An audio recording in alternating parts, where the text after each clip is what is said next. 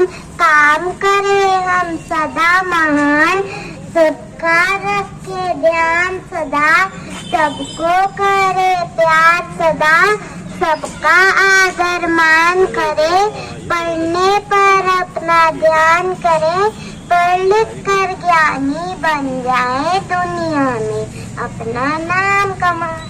बिना भूखे उठती कैसे, बिना पूछ के मूर्ति कैसे, सोच बनाए कैसी खाती, बेचारी कुछ बोल न पाती। कंपनी क्या काम करती है? कंपनी जो अंग्रेजों की कंपनी करती थी, यहाँ से ले जाओ वहां ले जाओ, आज जो है अडानी अंबानी की कंपनी है। तो शिवालिक सिटी के लिए कितनी, कोई भी योजना साथियों अगर आपको बनानी है, पहले तो आपको ये देखना होगा कि हमारे पास पहले से ही जाऊं जहाँ नहीं बिन प्यारी को मैं दिल चाहूं, जहाँ नहीं सम्राटों के शव पर हे हरि में डाला जाऊं, जहाँ नहीं देवों के शीश पर चढ़ूं, अपने भाग्य पर इठलाऊं, मुझको तोड़ लेना वनमाली, उस पथ पर देना फेंक जिस पे जाए वीर अनेक।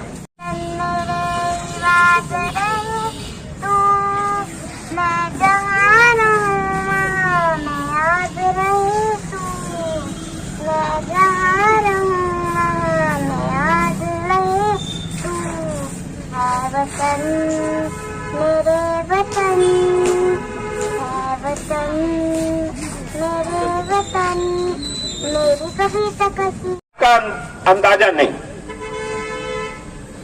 आप एक कल्पना करिए, मैं एक घटना बताता हूं आपको। ये जो जहां टेलीफोन एक्सचेंज है, वहां से एक रास्ता जाता है कचहरी की तरफ को, जहां पुराना बिजली घर हुआ करता था, उसके सामने एक चाय की दुकान,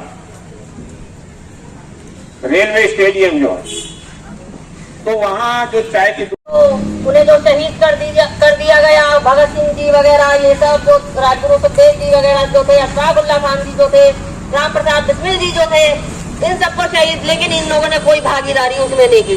वो महात्मा गांधी जी जो थे, वो उनको कहते थे नहीं भाई ये हिंसा कर रहे हैं, मुझे तो अहिंसा के बल पर आजादी चाहिए। साथियों, इस तरह से आजादी कैसे मिल पाती? लेकिन हमारे देशवासियों के साथ तो अंग्रेज लोग हिंसा कर ही रहे थे। क्या ये हिंसा नहीं थी? गांधी जी को, नेहरू जी को ये नहीं दिखाई दिया कि ये भी एक हिंसा है जो अंग्रेज हमारे देशवासियों के साथ कर रहे हैं? आप लोगों ने देखा होगा, अगर आप साहित्य पढ़ेंगे देश की आजादी का, उसमें आपको मालूम होगा किसी अंग्रेज ने हमारे देश के वासियों को नहीं मारा, देश के लोगों को ही उन्होंने सर्विस दी, पुलिस में भर्ती किया। हमारे हिंदू सिविल सर्विस के नाम से जो जानी जाती है, जो पूरे भारत में होती है, लेकिन उस टाइम ICS की परीक्षा पूरे इंग्लैंड वगैरह कई देशों को एक साथ मिलाकर हुआ करती थी। उस टाइम नेताजी ने ICS की परीक्षा पास की और उसमें चौथा स्थान प्राप्त किया था, और उसके बाद उन्होंने जो नौकरी थी वो ज्वाइन की। लेकिन उस टाइम अंग्रेजों का यहाँ पर शासन था, और अंग्रेजों ने जो यहाँ पर जो स्थिति कर रखी थी हमारे सभी देशवासियों के साथ, उसको देखते हुए उन्होंने उस अपनी नौकरी से त्यागपत्र दे दिया। इतनी बड़ी नौकरी, आप समझ सकते हैं कि कितनी बड़ी नौकरी होती है। ICS यानी कि जिसको हम आज की तारीख में IAS IPS कहते हैं, आज एक छोटे से छोटा कर्मचारी नहीं, जबकि उसको नौकरी में कितनी परेशानी आ रही है, वेतन समय पर नहीं मिलता। उस दौर में नेताजी सुभाष चंद्र बोस जो बहुत अच्छे परिवार से थे, लेकिन उन्होंने आजादी की लड़ाई लड़ी। वो चाहते तो आज की तरह कमिश्नर या चीफ सेक्रेटरी बनकर वो अपनी जिंदगी को बहुत अच्छे ढंग से जी सकते थे, लेकिन उन्होंने उसकी जगह देश सेवा और भारत की गुलामी को खत्म करने की जो आजादी की लड़ाई थी, उसमें उन्होंने भाग लिया। आज हम इतने समय बाद उन्हें जो याद कर रहे हैं उसकी कुछ कारण है। खाली एक औपचारिक नहीं है। ये बात सही है कि हमें 1947 में एक राजनीतिक आजादी हासिल हो गई। बाबा साहब अम्बेडकर के नेतृत्व में संविधान की रचना हुई। हमें कुछ उसमें फंडामेंटल राइट्स भी मिले, लेकिन एक बात जो सबसे विचित्र बात है, जो देश की संपदा पहले अंग्रेज लूट रहे थे, आज वो संपदा देश का सरमाएदार अडानी, अंबानी, टाटा, बिरला, डालमिया जैसे लोग लूट रहे हैं। और आज आम जनता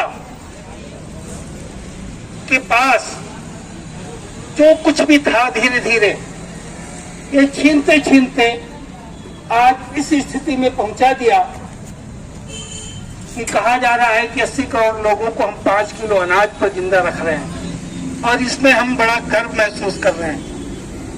तो देश की जो संपदा है, जो जमीन है, नाले हैं, नदियां हैं, जंगल है, पहाड़ है, सब अडानी, अंबानी के कब्जे में जा रहे हैं।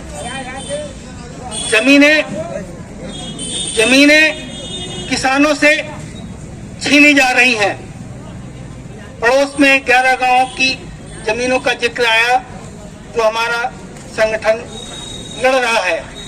और ये केवल मुरादाबाद की बात नहीं, पूरे देश में धीरे धीरे जमीनें, उद्योग धंधे तो पहले ही छीन लिए गए।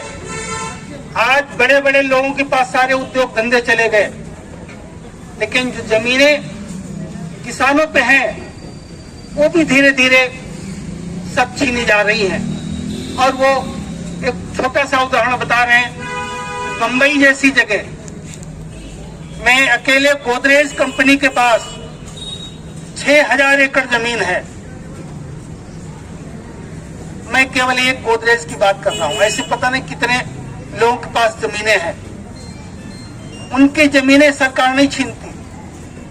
जो सरकार जमीनें छीन रही है वो किसानों की छीन रही है। सरकारें जो कारोबार छीन रही है वो छोटे लोगों की छीन रही है। शहर में मंडियां उजाड़ दी गई। तमाम लोग जो फुटपाथ पे खुंचे ठेले लगा रहे हैं, उन्हें लगाने नहीं दिया जा रहा। ये जो विचित्र बात है, शिक्षा इतनी महंगी हो गई कि अगर आज कोई MBBS कराना चाहे तो 1 करोड़ की फीस है। तो आज न तो आपके पास शिक्षा जनता के पास बच रही है, न उसके पास जमीन बच रही है, न उसके पास कारोबार बच रहे हैं। सब कुछ धन्ना सेठों के लिए दिया जा रहा है। अभी एक राम मंदिर का उद्घाटन कल हुआ। अभी तक के लिए फिलहाल बस इतना ही। मुझे दीजिए इजाजत। देखते रहिए आप तक टीवी न्यूज।